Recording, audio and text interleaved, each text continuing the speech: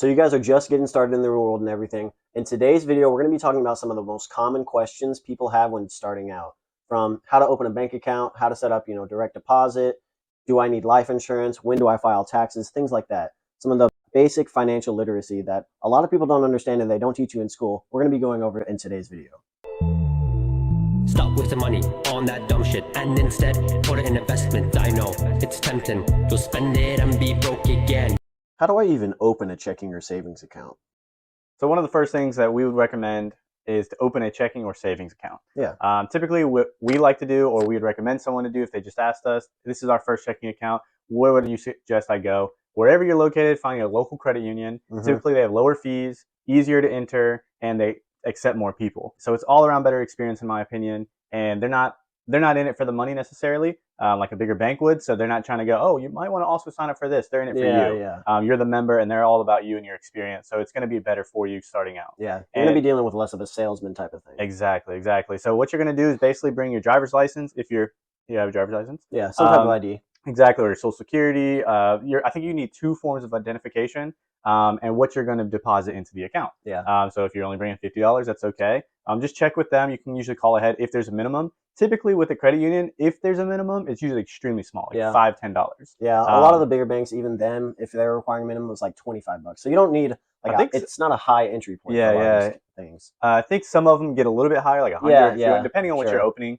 And how advanced it is, yada yada, the product you're opening or working with. But typically they're really small entries, and then you're going to deposit whatever on top of that you would like to keep in that checking or savings account. There's also the option to do it online. Let's say you don't want to go in person or can't. If that requires an initial deposit and this is your first account kind of thing, you'd kind of have to work around that in a sense. If you already had another account, you could just transfer money over, or if you had a blank check, something like that. But if this is your very first account, you would probably have to find one that doesn't require that initial deposit, which there are plenty of those out there. So if you wanted to go the online route, that is an option. And if it's your very first, I guess we would recommend you go into the branch. One is a good experience, and 2, they can answer any of those questions. You're not trying to figure it out and kind of scramble. They can help you out. So it's a better experience that way. You can just get everything right there. They'll give you your debit card, a little checkbook and everything. It's just a little bit smoother, more streamlined if you can go in person. Now, with opening an account, you are going to have to apply, and banks do reserve the right to not accept you. So that is something you have to be, wary about. Like we said, credit unions and stuff, your local bank, those typically won't, really turn you down because they're there for people like you. They want you to be with them long-term kind of thing. They're not the high-rolling, big banks that you'll have to deal with kind of thing. So that is a possibility. Now, even if you do get rejected and you're like, no, I have to be with this institution, there are some other options that certain institutions offer, but you'll have to pay like a monthly to even open that type of account, which we would not recommend that. But if you're dead set on that institution for whatever reason, that is an option you could ask about as well. I'm trying to get paid, and apparently I need a bank routing number and my account number. Where are those? So one of the first things we're going to recommend now that you've opened that checking savings account is, most banks nowadays have this, where you can get their app. Go ahead and download their app, log in, make an account, do everything you got to do so you can see your funds remotely. But also, when you go to you finally get your big boy job, or big girl job, they're going to ask you to do direct deposit. And with that, you're going to need your routing number and account number. There's a couple of ways to find these numbers, but one of the biggest ways is going to be in the app, on your statement, or a lot of times just to drop down to see your account number and your routing number. So you can see all that in the app. So again, it's going to be very handy to have that information. But that, to me, is the quickest, easiest, most user-friendly way. Yeah, that's something you'll probably come across just navigating the app in your day-to-day kind of routine if you're checking it. So the bank has their routing number, and it'll be the same for like whatever account you have within that bank. And for the routing number, you could also probably just look it up online, because this doesn't have anything to do with your personal account. So you could also Google it, but your personal account number, you do want to be cautious of.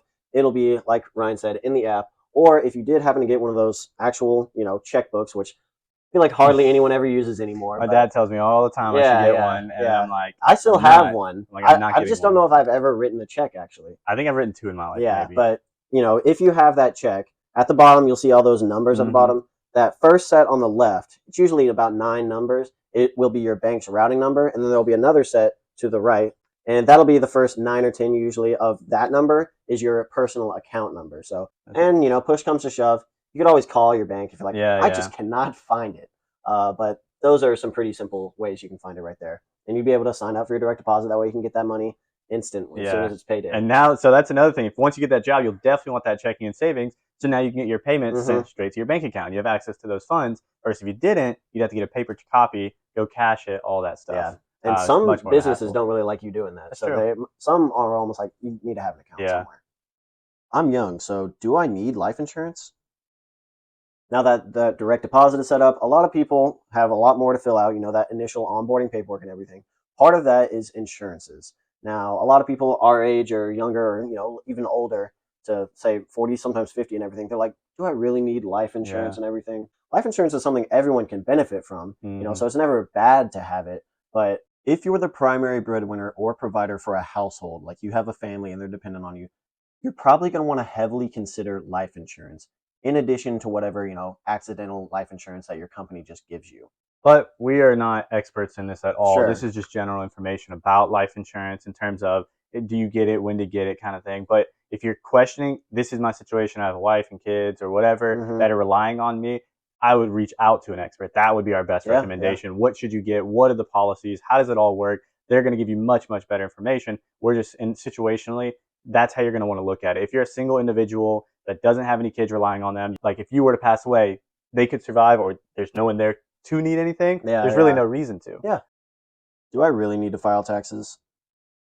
And going along right with that, now that you got this big boy job and you're getting that direct deposit, do you need to file taxes? Like, well, do you have a job? Are you living independently? Are you making a good amount of money? Yeah, chances are the answer is yes. Now, there are certain exceptions about, certain income requirements. Like if you're not making this much money, you may not have to file a federal return.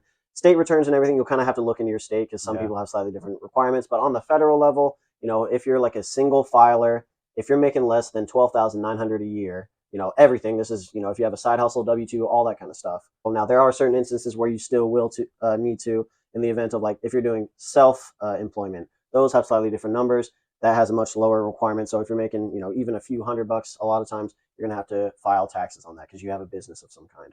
More likely than not, if you have a job, you're going to have to pay taxes.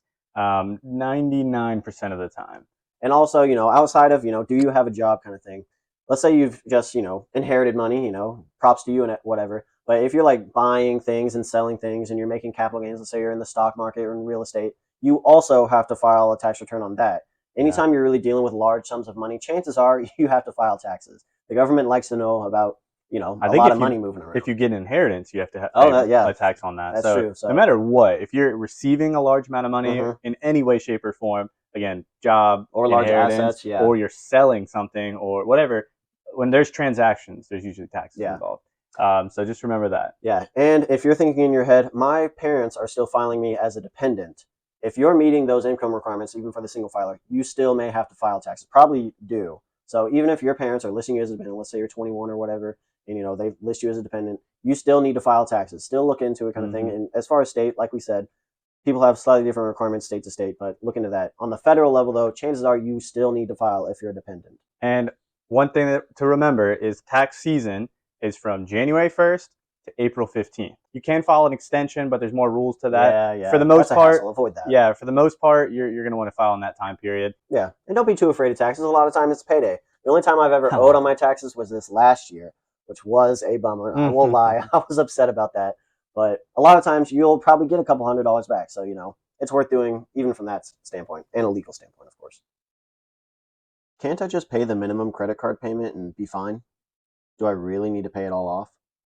And now that we're big boys and we have big jobs and big girls and we're doing big purchases, a lot of times we want to get a credit card. Credit cards are very good because they help you build your credit. They help you be a part of society. They help secure you with way all to that. pay. Exactly. So there's a very conflicting opinions on credit cards all around. Everybody talks about them in different ways. Yeah. Some people love them, some people hate them. But in the most general sense, most people use credit cards. Yeah. And we would probably recommend them if you're responsible. Yes. If you have no self-control and you're not having any money coming in, credit cards can be a very dangerous thing. And as always, this is all educational. So this is just us. If a friend were to ask us, this is what we would say. Yeah. But in the credit cards, a lot of times when you pay for stuff, you buy with credit cards, you build up a balance. And once you have a balance, you're then told by the bank, you have to make this much of a minimum payment in order for us to not charge you fees. You're like, okay, I'll just make that small payment. That's not bad. It's usually like $25, $35, or it's a small percentage, like 1, 2, 3, 4%, somewhere in there. But if you only make that minimum payment, it is going to take you forever to pay off that credit card. Yeah, like unless you have a negligible balance almost. Yeah, even but then, if you spend even a few $100 and you're making a minimum payment, it'll take you months and months. If it's a flat rate, if it's a percentage, it'll take you forever. Right. And if you're spending over $1,000, which most people do nowadays by far, then yeah, you're going to be doing this for decades. Exactly. And on top of that, you're going to be paying interest and interest and interest. And interest is just the way for the bank to make money. Yeah. The only benefit of making a minimum payment is you're avoiding a late fee. If you're thinking in your head, oh, as long as I'm making my minimum payments, I'm not getting interest accrued on my other balance that's left over. That's not true. And credit card interest rates are some of the highest of any type of loan or credit that is out there. So if you're, paying $25 of your $1,000 balance and, you're getting hit with a 25% interest rate on that, annually, then over time, you're paying so much towards interest, probably more down the line than you initially even owed. Yeah. So while minimum payments are what the minimum is required to pay to avoid that late fee and everything, we would recommend trying to pay all of it off, if not the most that you possibly can at a time. The best way to do it is when you spend on a credit card, you pay off what you spent that month by the end of the month. That's the best way to do it. And that way you have no interest, no late fees, no fees period, and you don't pay the bank anything. You just pay for what you got, and that's it. Yep. That's the best way. But if you had to pay minimum payments, that is not what we recommend. Do a little bit more, as much as you can to get out of that. Pay that balance down. 100%. So we're going to continue doing videos like this. A lot of the intro questions you come across, the more we talk to people and they ask us questions, we're going to write them down and try and create these videos of when you get out into the world, what you're going to face at our ages or at the younger ages typically. Or maybe you've made it a long ways, you just haven't faced it yet, but soon it finally hits you and you had that question. Yeah. What about the minimum payments? I've always made minimum payments. Why am I still stuck with this credit card? And we'll talk about all of those things. So we'd love for you guys to put some of those questions in the comments and let us know what are some of those basic financial questions you've always wanted to ask but you felt dumb. We'd love to go over them and try to explain them to the best of our ability, or at least do the research for you and figure it out and kind of explain it in a better way. Yeah, because we've all felt like we have dumb questions, but trust me, they're not. And people are willing to help you. We're willing to help you. Yeah, to the best of our ability, yeah. Like you may be having questions about cars and everything. Well, one of our upcoming videos is going to be buying versus leasing a car, but that's kind of a whole subject matter. So a couple of those more in-depth ones we didn't include in this video. We wanted to go over some of the more basic, simple ones that everyone's going to kind of come across. So be sure to keep an eye out, and like Ryan said, be sure to comment down below if you have some of those questions. Yeah, we love to read them and love to respond. So we're looking forward to posting another one of these videos coming soon. Yeah, thanks guys. Stop wasting money on that dumb shit and instead put it in investment. I know it's tempting, you'll spend it and be broke again.